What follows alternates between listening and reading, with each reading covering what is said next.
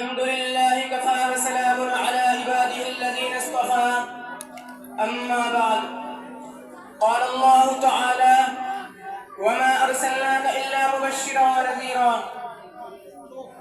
حضرات گرامی، میں اس بزم پربہار میں سیرت نبوی صلی اللہ علیہ وسلم کے متعلق کچھ عرض کرنا چاہتا ہوں، اس امید کے ساتھ کہ میری باتوں کو بغور سنا جائے۔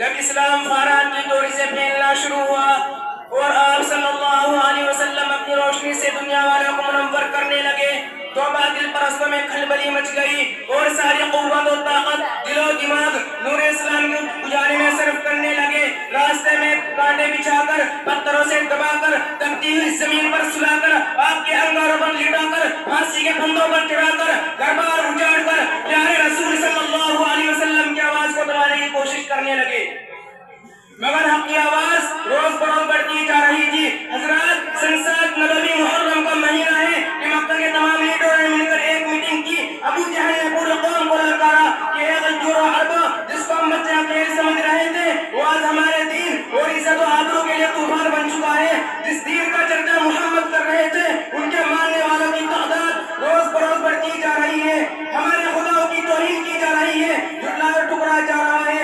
اس لیے عرب کے بہادروں، اب پوری طاقت سے آگے بڑھو، ورنہ وہ دن دور نہیں کہ ہم کو مکہ سے ذلیل و خوار ہو کر نکلنا پڑے گا۔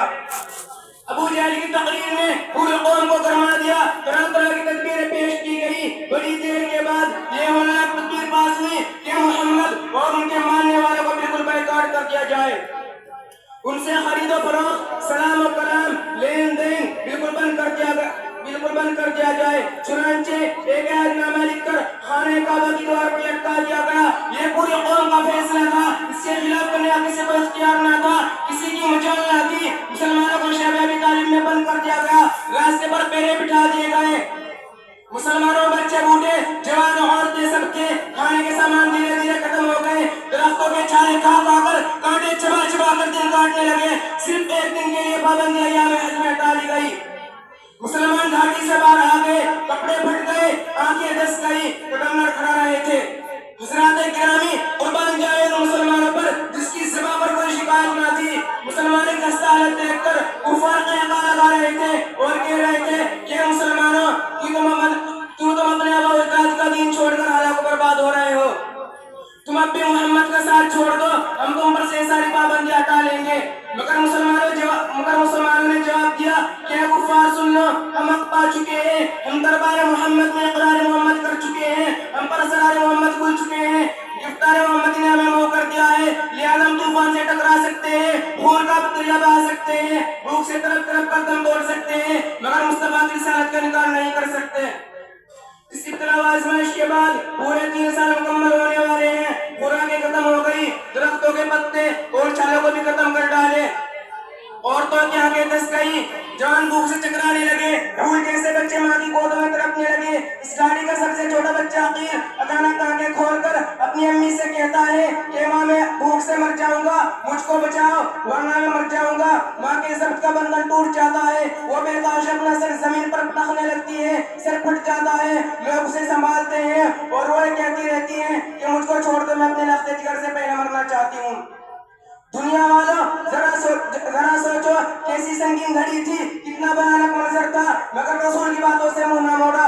آج ہم بھی تو اپنے رسول کی غلامی کا دعویٰ کرتے ہیں، اس لیے سن لیجئے، اگر ہم نماز پڑھتے ہیں، روزہ رکھتے ہیں، حج ادا کرتے ہیں، زکوٰۃ دیتے ہیں، تب تو واقعی ہمارے دعوے سچے ہیں، ورنہ ہمارا دعویٰ باطل اور بیکار ہے۔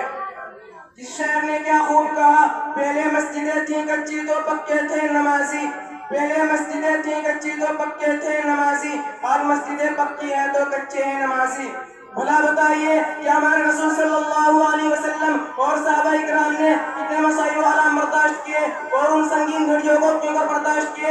کیا وہ کمزور تھے؟ کیا وہ لوگ بے بس تھے؟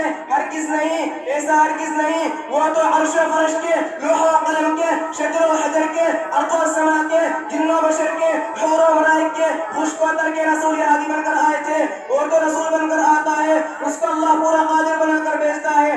آپ صلی اللہ علیہ وسلم کے پاس اتنی قوت و طاقت تھی کہ اگر آپ صرف اشارہ کر دیتے تو پورا مکہ ہلاک و برباد ہو جاتا، پورے مکے والوں پر پتھر برس جاتا،